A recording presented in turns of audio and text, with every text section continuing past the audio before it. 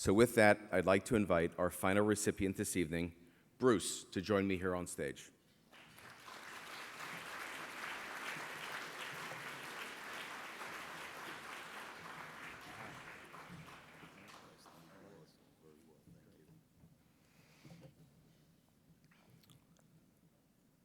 Bruce was diagnosed with myelodysplastic or dysplastic? Dysplasia. They wrote it wrong for me. Yes, they did. I'm not a doctor and I don't play one on TV. Myelodysplasia syndrome in August of 2008, after being treated for leukemia back in 1995. Due to his experience 13 years earlier, Bruce already knew that none of his family members were a close enough match to serve as a suitable donor for a transplant. Bruce was nervous about the prospect of finding a match, but very relieved when one was identified in Gift of Life's registry. Bruce's transplant took place at the Memorial Sloan Kettering Cancer Center right here in New York. He recalls eating ice cream with his wife, Nina, in the hospital as they celebrated the arrival of his donor's stem cells. Correct? That's correct. Mint chocolate chip. Mint chocolate chip. Bruce is 57 years old and works as an attorney. He lives in Basking Ridge, New Jersey, and has 2 beautiful daughters. He said the transplant has changed his outlook on life and that he tries to live each day to the fullest. He's extremely excited about this opportunity to meet his donor and hopes they will develop a lifelong friendship. Your donor is also very excited to meet you. He joined Gift of Life's registry in February of 2005 at a donor drive held at the Mandel Jewish Community Center in Cleveland, Ohio. The drive was coordinated by Nicole Baer, a longtime Gift of Life volunteer who's here tonight. Where are you? Thank you.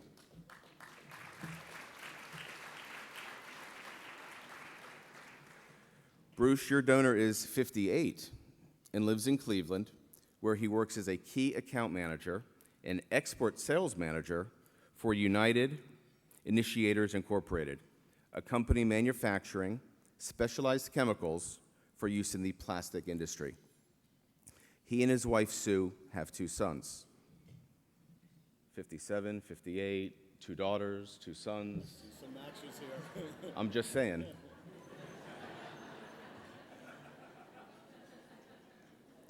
Your donor is an avid magic aficionado. He's performed since he was 7 years old and says it has helped to pay the bills when he and his wife were first married. He's performed at birthday and block parties, temple functions, carnivals, and in Israel. And he's even performed at a sales meeting for work. Like many donors, yours admits that he thought the odds of being called a match would be nominal. In fact, about 1 in 100 Gift of Life donors will be a potential match for a patient in need. The national average is 1 in 1,000. Your donor says that when he received the call that he was a match, it was a wow moment that took his breath away.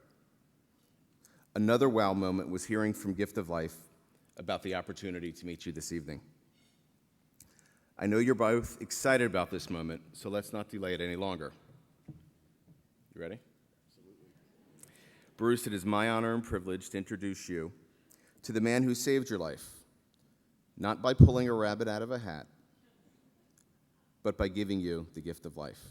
I'd like to introduce the amazing Vic Amster.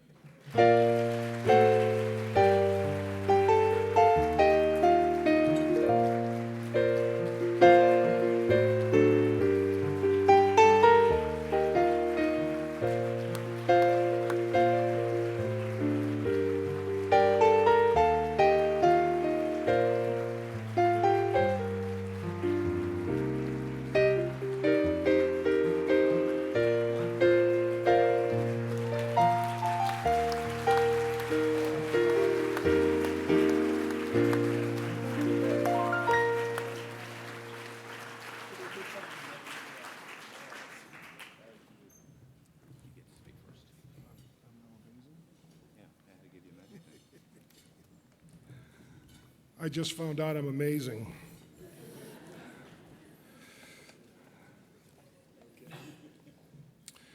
You've won the lottery.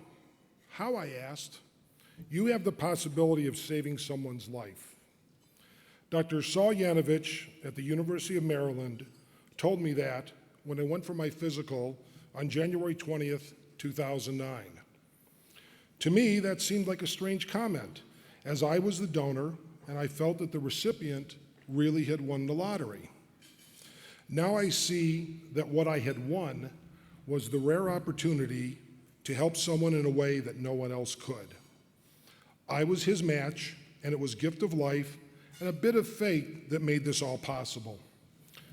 The reason I was swabbed in the first place was that a friend, a fellow student from Hebrew school and Sunday school, had been diagnosed with cancer, and I wanted to help him.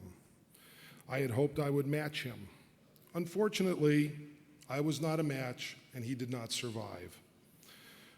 But soon I began thinking that I still could be a match for someone else, and the proof is here this evening with Bruce.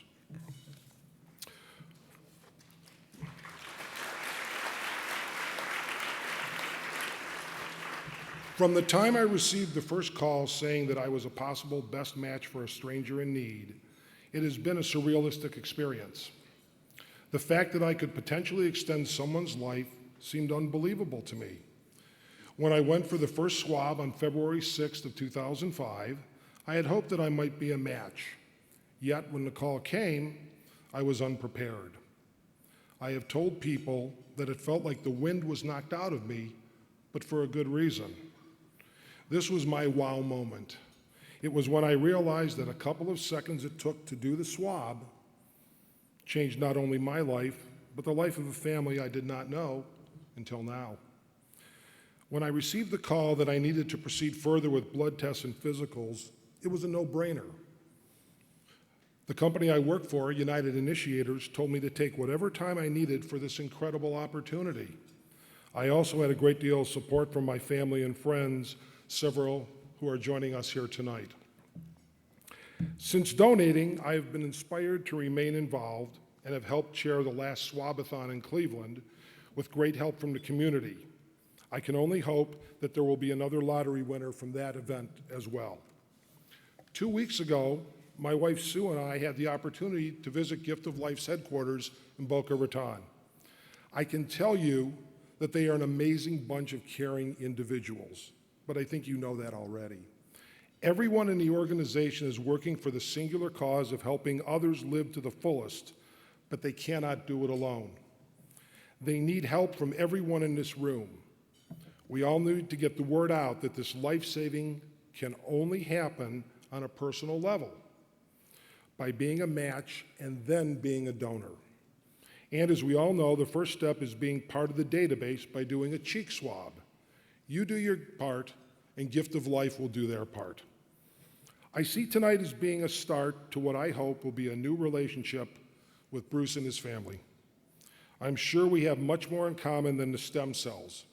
Let's hope that we both have many more years to explore what has brought us both here this evening. Thank you.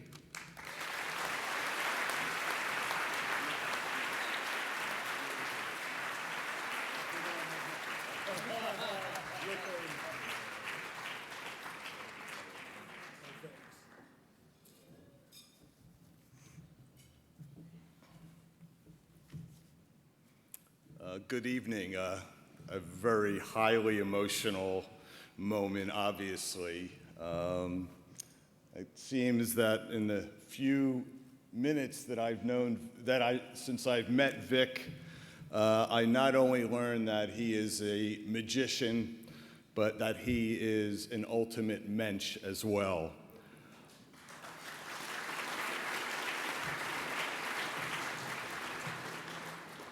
As Bill said, about 15 years ago, I was diagnosed with a form of leukemia, acute myeloid leukemia. It came on suddenly. I had been in pretty much perfect health until then. I was told that my options of surviving more than 6 months to a year were 1 out of 3. I was given the option of trying chemotherapy or a stem cell transplant. At the time, I thought that stem cell transplant was a fairly risky procedure for me. I opted for chemotherapy, and thankfully, it worked. I had 13 years of perfect health to the point where I never even had to make a visit to my oncologist anymore, and I thought that I was completely out of trouble. I had 13 wonderful years to experience new things with my beautiful wife, Nina, to watch my daughter, please.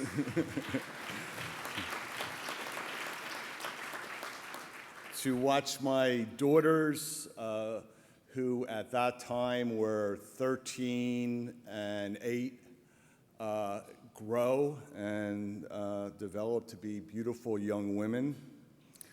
And I thought that my cancer experience was over.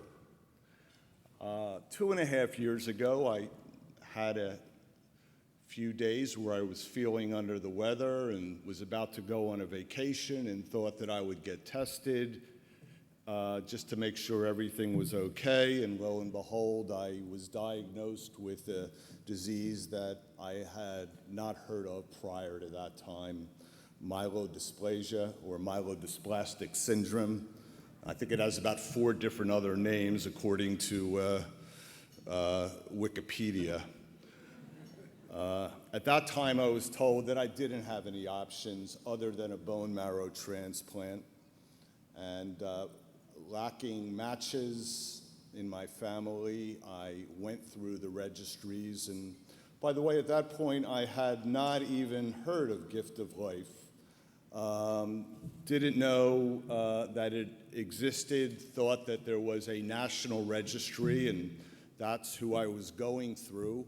And they went through and found a half a dozen possible matches. They couldn't find 2 or 3 of the people. They only found one perfect match, and that was Vic.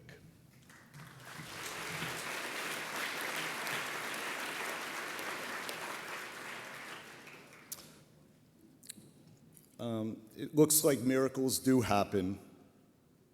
The 3 recipients on the stage today are evidence of that. As I said, meeting my donor for the first time is a highly emotional experience. Having this meeting witnessed by 700 or so people even just heightens that experience. It's an evening where I'd like to give thanks. First, I'd like to give thanks to the legions of doctors and other researchers who have developed the medical technology to enable transplants to take place. Without them, I and the other recipients would not be standing here today. I'd like to thank my doctors, my nurses, the other healthcare providers, particularly those at Memorial Sloan Kettering, who, through their skill and caring, have made my transplant a success.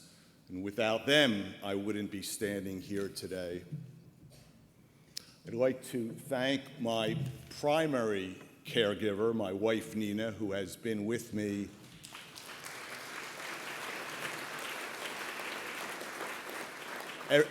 every step of the way from the beginning, and I wasn't easy. My other family members and friends who were always there for me and have supported me throughout the entire process. Without them, I wouldn't be here today. And fourthly, and perhaps most importantly, I want to thank my donor for the remarkable care and concern that he has exhibited for a human being that he has had no connection with, that he had never met, that he never knew existed, and with whom they wouldn't even allow him to communicate until today, except by a letter that was censored through various entities, some of whom I don't even know. And finally, I'd like to thank the Gift of Life. And while as I said earlier, I did not know of the organization until several months ago, and I only learned about a month ago that the Gift of Life had matched Vic and me. It's through their efforts in establishing these databases of potential donors that many, many lives have been saved and many, many more will be saved in the future. The donee who spoke before me quoted the Talmud, the Talmudic phrase that if you save one life, you've saved the world. I think I referenced that in my first letter to you, and my feelings as to you certainly remain and strengthen now that I've met you. With respect to the organization Gift of Life, through its great work, it has saved the world many, many times over. It's truly deserving of your continued support, and may it continue its good work for many, many years in the future. Thank you.